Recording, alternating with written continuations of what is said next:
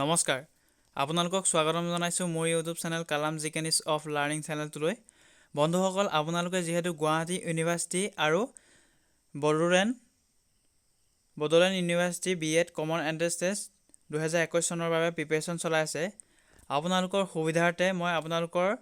ওচৰলৈ লৈ আহিছোঁ জিকে অথবা ইয়াতে আপোনালোকৰ ইণ্ডিয়ান হিষ্ট্ৰী কুৱেশ্যন পাব ইণ্ডিয়ান পলিটি কুৱেশ্যন পাব আৰু কাৰেণ্ট এফেয়াৰ্ছৰ কুৱেশ্যন পাব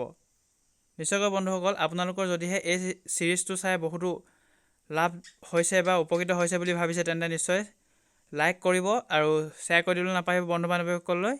আৰু চেনেলটিত যদি প্ৰথমবাৰ ভিজিট কৰিছে তেন্তে নিশ্চয়কৈ ছাবস্ক্ৰাইব কৰি ৰাখিব যাতে আগন্তুক দিনত এই ধৰণৰ কুৱেশ্যনসমূহ আপোনালোকৰ পৰীক্ষাৰ আগত এই ধৰণৰ কুৱেশ্যনসমূহ নটিফিকেশ্যন পাবলৈ চেনেলটো ছাবস্ক্ৰাইব কৰি ৰাখিব আৰু কাষতে থকা বেল আইকনটো প্ৰেছ কৰি ৰাখিব যাতে মই ভিডিঅ' আপলোড কৰিলে আপোনালোকে প্ৰথমে নটিফিকেশ্যন পায়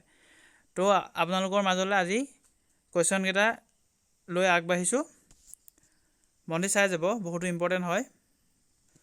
ফাৰ্ষ্ট কুৱেশ্যনটো চাব বন্ধুসকল আপোনালোকৰ মাজলৈ এই কুৱেশ্যন কেইটা আপোনালোকৰ ডিব্ৰুগড় ইউনিভাৰ্চিটিত কুৱেশ্যন কেইটা আহিছিলে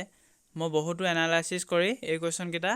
বাছি উলিয়াইছোঁ আপোনালোকৰ মাজলৈ আপোনালোকে এই ধৰণৰ কুৱেশ্যনসমূহ চালে আপোনালোকৰ কমনো পৰিব পাৰে অথবা আপোনালোকে কুৱেশ্যন অহাৰ ধৰণটো আপোনালোকে গম পাব নিশ্চয়কৈ বন্ধুসকল ফাৰ্ষ্ট কুৱেশ্যনটো আৰম্ভ কৰিছোঁ the Chipko movement was first led by আপোনালোকক সুধিছে কি চিপকো মুভমেণ্টটো ফাৰ্ষ্ট কোনে লিড কৰিছিলে অপশ্যন দিয়া আছে সুন্দৰলাল বহুগুণা বিটো মেধা পাটকাৰ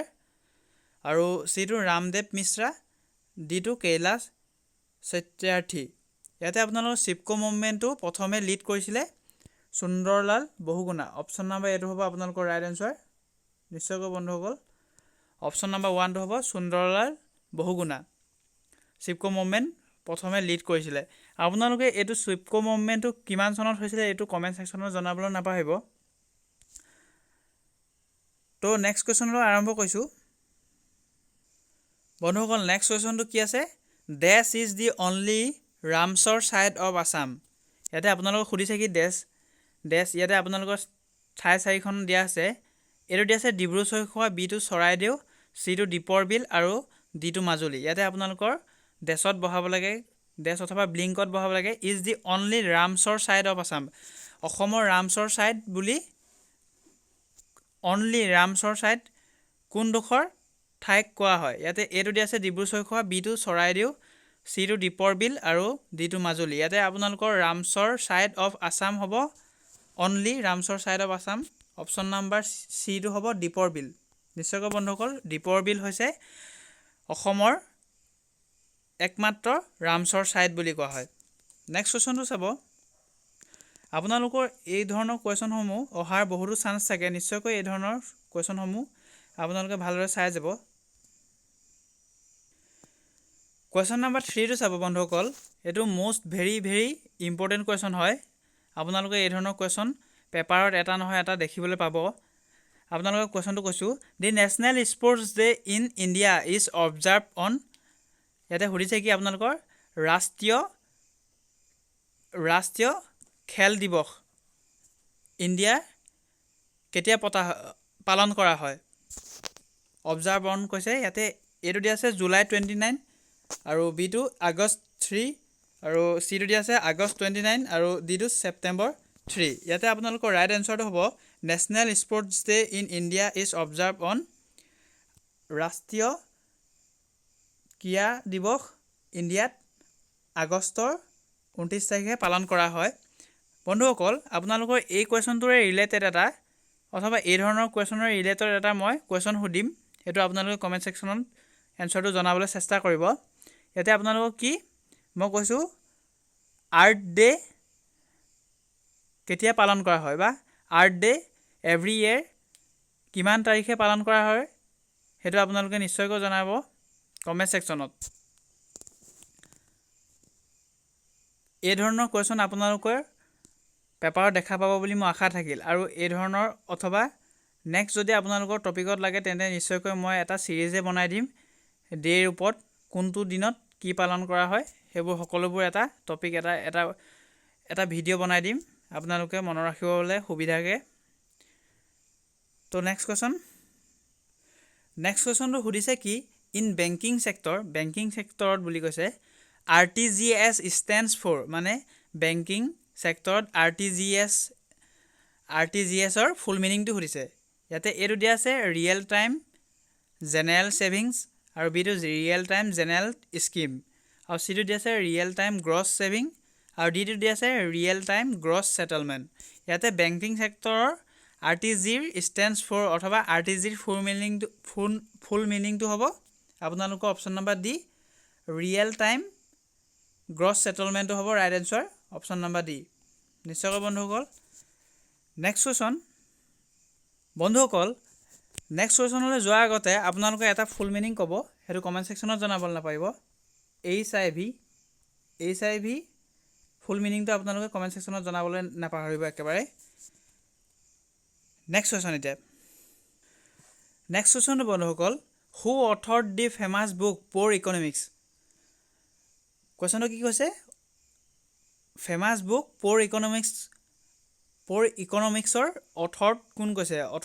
কৈছে ইয়াতে এইটো দিয়া আছে অমৃত্য সেন বিটো মনমোহন সিং চিটো দিয়া আছে Montek Singh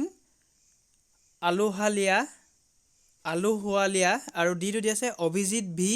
Banerjee and Astor Duflo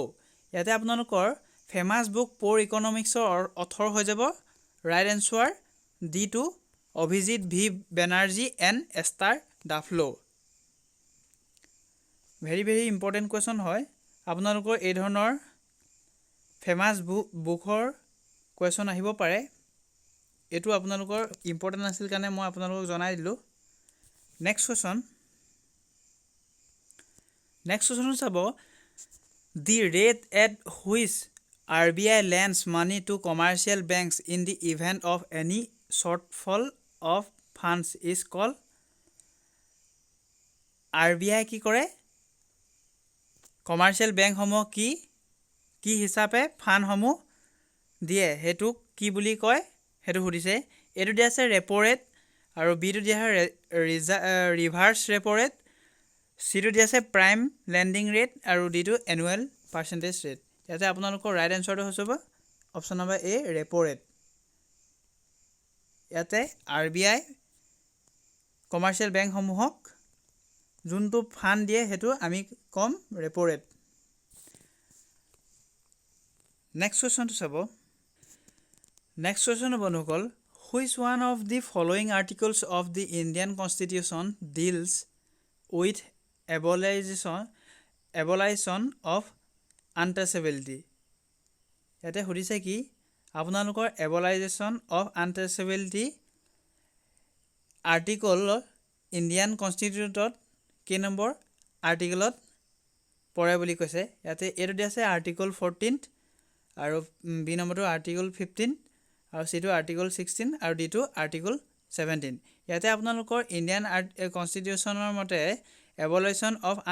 আনটাচেবিলিটিটো কেই নম্বৰত পৰে অপশ্যন নম্বৰ ডি আৰ্টিকল 17ত পৰে abolition of untouchability next question বন্ধুসকল নেক্সটটো আছে the office of Lokpal and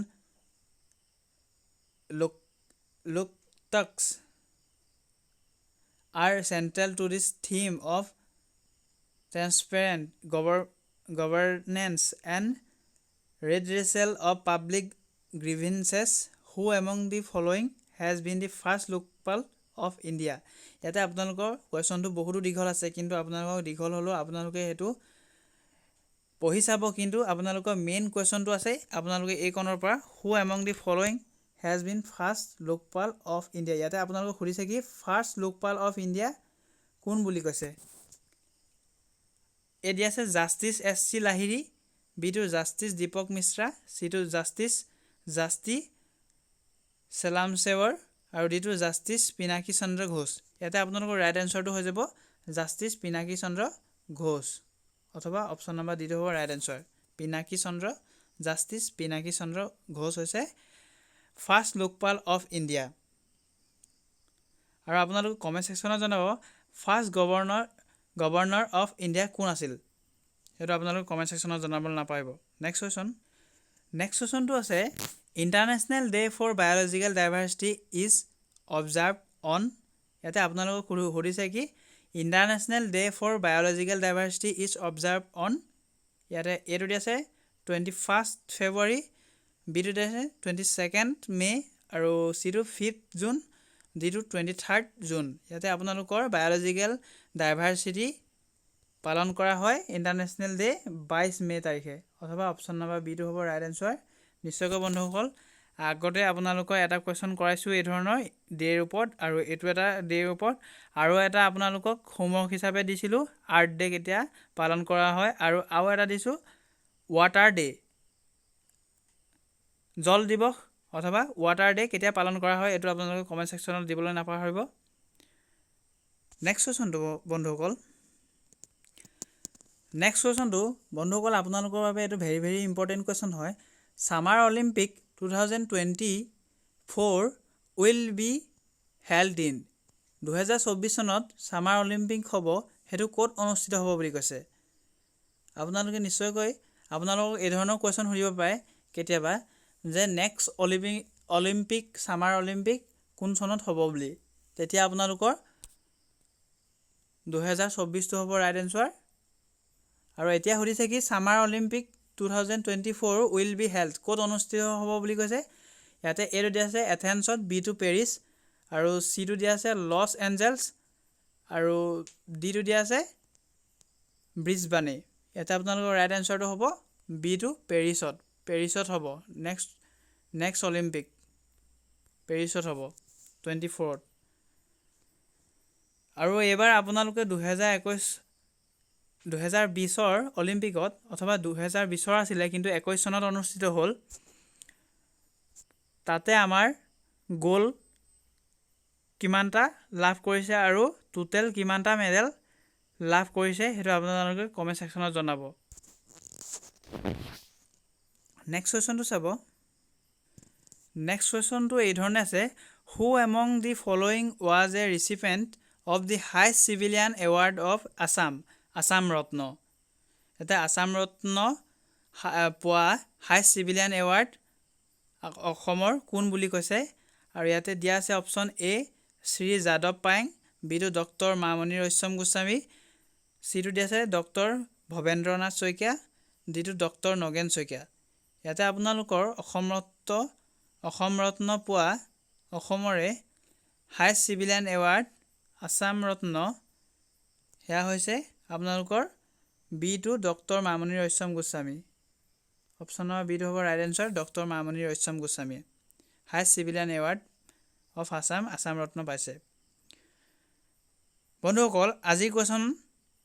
ইমানেই আছিল যদিহে আপোনালোকৰ ভাল লাগিছে তেন্তে নিশ্চয়কৈ লাইক কৰি দিবলৈ নাপাহৰিব আৰু চেনেলটো আপোনালোকে শ্বেয়াৰ কৰি দিব বন্ধু বান্ধৱীসকলে আৰু প্ৰথমবাৰ যদি ভিজিট কৰিছে তেন্তে ছাবস্ক্ৰাইব কৰিবলৈ নাপাহৰিব একেবাৰে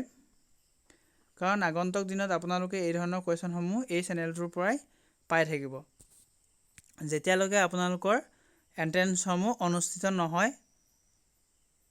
তেতিয়ালৈ আপোনালোকে এই ধৰণৰ কুৱেশ্যনসমূহ এই চেনেলটোৰ দ্বাৰা পাই থাকিব যদিহে আপোনালোকে ভাল পাইছে নিশ্চয়কৈ লাইক কৰি দিব আৰু চেনেলটো ছাবস্ক্ৰাইব কৰি ৰাখিব ধন্যবাদ নেক্সট ভিডিঅ'ত লগ পাম